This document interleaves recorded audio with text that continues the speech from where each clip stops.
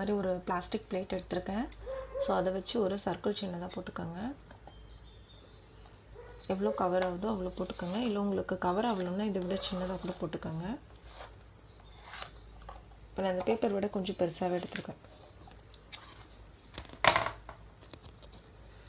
So இந்த circle draw பண்ணியாச்சு. அதில் ஆஃப் லைன் எடுத்துக்கிட்டு சர்க்கிளோட ஆஃப் பிரிச்சுக்கிட்டு அந்த லைன்லேருந்து ஒரு சின்ன லைன் போட்டுக்கோங்க. லைன் போட்டுக்கிட்டு கீழேயும் ஒரு பிளாக் கலரில் லைன் போட்டுக்கோங்க. கொஞ்சம் லைட்டாக சின்ன லைனாக போட்டுக்கிறேன். ஸோ இங்கே சின்ன மவுண்டைன் வருது. இதே மாதிரி இங்கே ஒரு மவுண்டைன் வருது. இங்கே வந்து சாண்ட் வருது. ஸோ இங்கே மூன் வரும். இங்கே ஒரு சின்ன சர்க்கிள் போட்டுக்கோங்க. இங்கேருந்து நம்ம ஒரு ட்ரீ வரைய போகிறோம். ஸோ இதெல்லாம் கொஞ்சம் ரஃப் லைனாக தான் வரையணும்.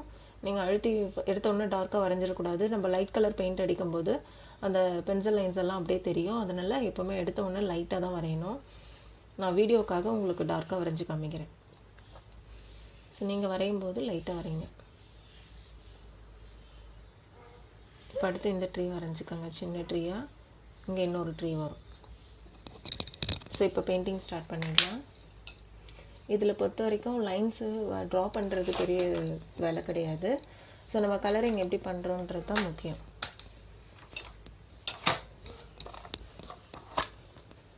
இப்போ நான் நார்மல் கேக் பெயிண்ட் தான் எடுத்திருக்கேன். கொஞ்சம் மிக்ஸ் பண்ணிக்கிறேன். ஸோ இந்த மவுண்டனுக்கு மேலே இருக்கு இல்லையா, அங்கே கலர் பண்ணிக்கிறேன். நம்ம ட்ரீ வந்து பிளாக் கலரில் பண்ண போகிறோம் அப்படின்றதுனால அதை லாஸ்ட்டாக பண்ணிக்கலாம்.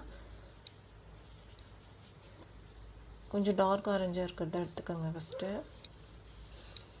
நீங்கள் எவ்வளோ வாட்டர் இல்லாமல் லைட்டாக நல்லா திக்காக மிக்ஸ் பண்ணுறீங்களோ பெயிண்ட் அந்த அளவுக்கு பேப்பரும் நல்லாயிருக்கும், பெயிண்டிங்கும் பார்க்கறதுக்கு நீட்டாக இருக்கும். ஸோ ரொம்ப தண்ணி இல்லாத பார்த்துக்கோங்க. அப்படி இல்லை ரொம்ப வாட்டர் பெயிண்டிங் தான் பண்ணுறேன்னா நீங்கள் வந்து பெஸ்ட்டு நீங்கள் சூஸ் பண்ணுற பேப்பர் வந்து நல்லா திக்காக இருந்தால் உங்களுக்கு பெஸ்ட்டாக இருக்கும் நீங்கள் ப்ராக்டிஸ் பண்ணுறதுக்கு. ஸோ இப்போ இந்த இடத்துல ஆரஞ்சு பண்ணிவிட்டு இந்த 3 சைடில் மட்டும் ஒயிட் வர்றதுனால அதை அப்படியே விட்டுறணும். ஸோ அதை பெயிண்ட் அடிக்கிறதுக்கு முன்னாடி எரேஸ் பண்ணிவிடுங்க. ஏன்னா வந்து அந்த ஒயிட் வந்து அப்படியே தெரியும்.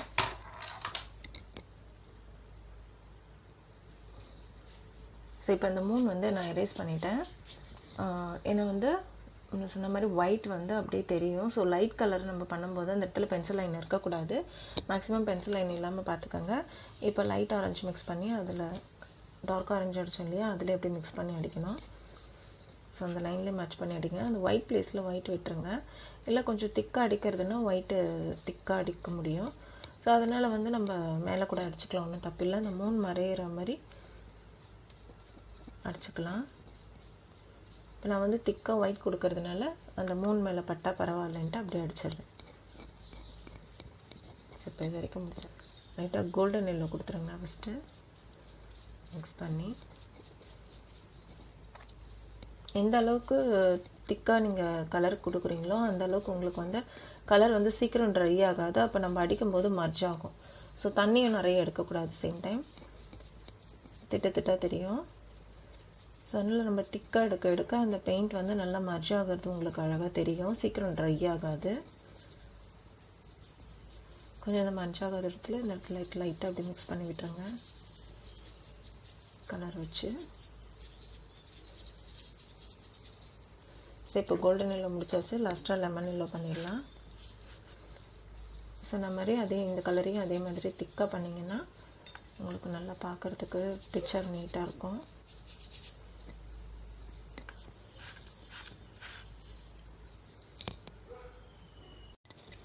அடுத்து இங்கே மேலே மவுண்டைன் கலர் கொடுக்க போகிறோம். மவுண்டைனுக்குமே பார்த்தீங்கன்னா பிளாக் கலர் தான் கொடுக்க போகிறோம். ஸோ முடிஞ்ச அளவுக்கு அவுட்லைன் விட்டு வெளியே வராமல் பண்ணுங்கள். அப்போ தான் நம்ம பிக்சர் பார்க்கறதுக்கு நீட்டாக இருக்கும். இல்லை எனக்கு வந்து அவுட்லைன் விட்டு வெளியே வரும், ஸோ நான் தான் ஃபஸ்ட் டைம் பண்ணுறேன் அப்படின்னா நீங்கள் வந்து நார்மல் அழகாக ஒரு பெயிண்ட்லையோ இல்லை ஸ்கெட்ச்லையோ ஒரு அவுட்லைன் போட்டுக்கோங்க பிளாக் கலரில் நீட்டாக. அவுட்லைன் போட்டுட்டு அதுக்கப்புறம் நீங்கள் கலர் பண்ணும்போது உங்களுக்கு அது வெளியே வராது. ஸோ முடிஞ்ச அளவுக்கு அந்த இடம் வந்து கவர் ஆகிடும்.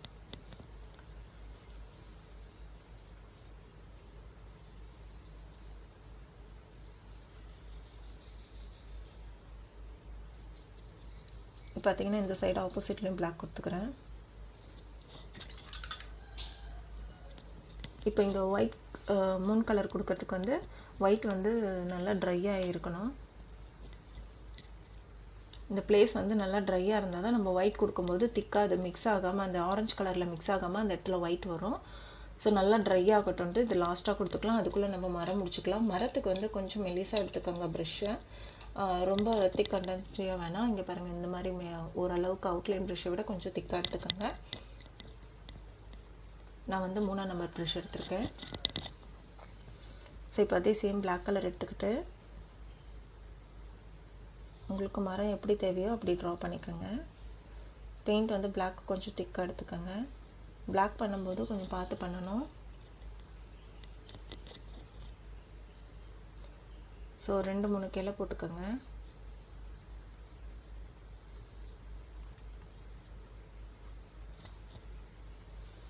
போட்டுக்கிட்டு இந்த இடத்துல அதே மாதிரி வரைஞ்சிக்கிற மரம்.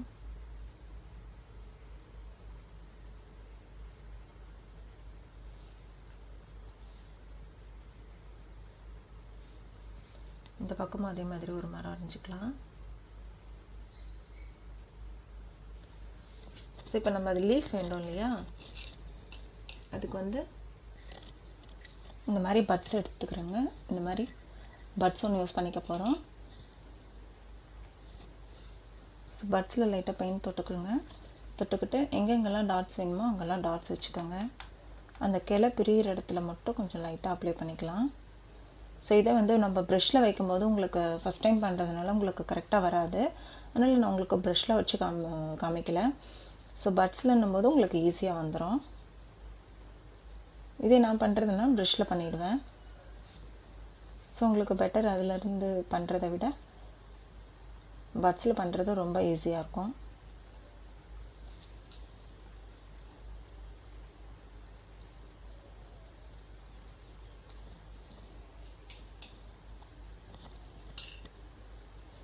பெயிண்ட்டை மிக்ஸ் பண்ணி தனியாக வச்சுக்கோங்க. வச்சுட்டு அதை தொட்டு பண்ணுங்கள். பட்ஸில் தொடும்போது ஓவர்ஃப்ளோ ஆகக்கூடாது, நிறைய பெயிண்ட் தொடக்கூடாது. ஸோ நீங்கள் தொடுற பெயிண்ட் வந்து கரெக்டாக டாட் வச்சா அந்த டாட் மாதிரி இருக்குமா அப்படின்னு பார்க்கணும். அதே வந்து வாட்டர் ஓவர்ஃப்ளோ ஆகாமல் இருக்கணும், நிறைய இருக்காமல் இருக்கணும். எடுத்துக்காமல் பாருங்கள். பெயிண்ட் நிறைய எடுத்திங்கன்னா அதில் வந்து அப்படியே நீங்கள் வைக்கும்போது அப்படியே ஃபுல்லாக ஸ்ப்ரெட் ஆகிடும். ஸோ பெயிண்ட்டு மேக்ஸிமம் வந்து கொஞ்சம் தனியாக மிக்ஸ் பண்ணி வச்சுக்கோங்க. ரொம்ப தண்ணியாகவும் எடுக்காதீங்க. நான் இப்போ எங்கெங்கெல்லாம் டாட் தேவையோ அங்கெங்களை மட்டும் அந்த கிளை மட்டும் சுற்றி முனையில் மட்டும் வைக்கிறேன். ஸோ இந்த கார்னரில்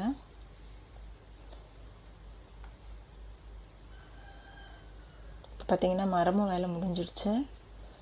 நான் ஒரு கிளை எக்ஸ்ட்ரா போட்டுக்கிறேன்.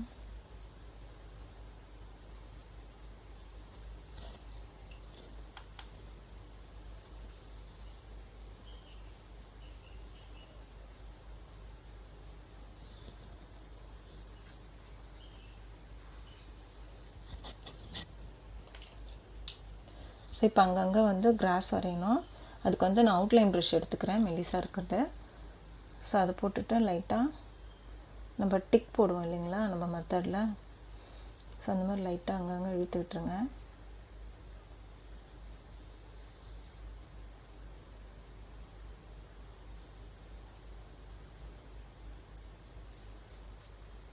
டார்க் தேவைப்பட்டால் இன்னும் கொஞ்சம் டார்க் கொடுத்துக்கோங்க.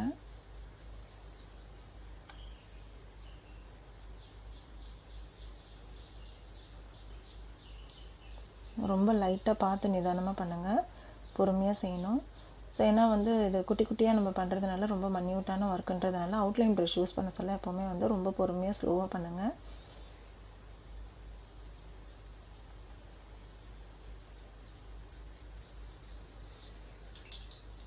ஸோ இப்போ இது வரைக்கும் ஓவர் ஃபுல்லாக. இப்போ பார்த்தீங்கன்னா நெக்ஸ்ட்டு நம்ம க்ரோ வரையணும். லைட்டாக க்ரோக்கும் வந்து அவுட்லைன் ப்ரஷ் எடுத்துக்கோங்க.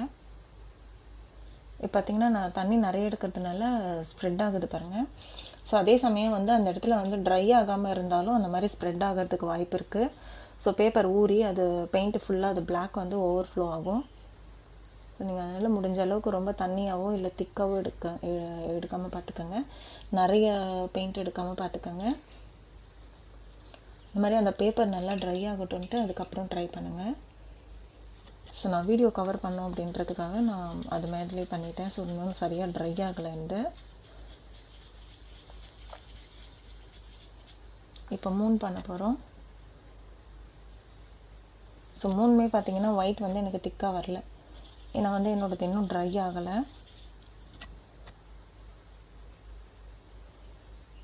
அதனால நான் முடிஞ்ச அளவுக்கு பெயிண்ட்டை கொஞ்சம் திக்காக பண்ண பார்க்குறேன்.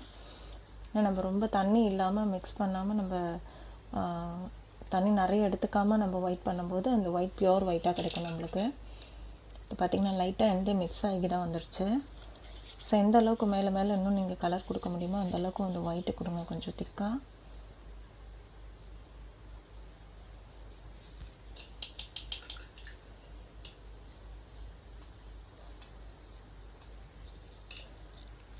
ஸோ அவ்வளோதான் ஃப்ரெண்ட்ஸ், இப்போ இந்த கலர் முடிஞ்சாச்சு. இதே நீங்கள் சார்ட் ஒர்க்கில் பண்ணுறீங்க அப்படின்னா சார்ட்டில் வந்து இந்த இடத்துல சுற்றி நீங்கள் டேப் ஒட்டிக்கலாம். செல்லோ டேப் ஒட்டிட்டு அதுக்கு மேலே நீங்கள் ட்ரா பண்ணிவிட்டு ஃபுல் ஒர்க் முடிச்சுட்டு அதுக்கப்புறம் அந்த செல்லோ டேப்பை நீங்கள் ரிமூவ் பண்ணி எடுத்துட்டிங்கன்னா உங்களுக்கு இந்த மாதிரி அவுட்லைன்லலாம் வெளியே போகாத இருக்கும். ஸோ இது உங்களுக்கான டிப்ஸ் தான். இது ரெட் ஆகாமல் ஸோ பார்க்குறதுக்கு உங்களுக்கு நீட்டாக இருக்கும் பிக்சர். நீங்கள் அதுக்கப்புறம் வந்து ஸ்லோவாக அந்த செல்லோ டேப்பை வந்து ரிமூவ் பண்ணி எடுத்துருங்க. So thanks for watching friends.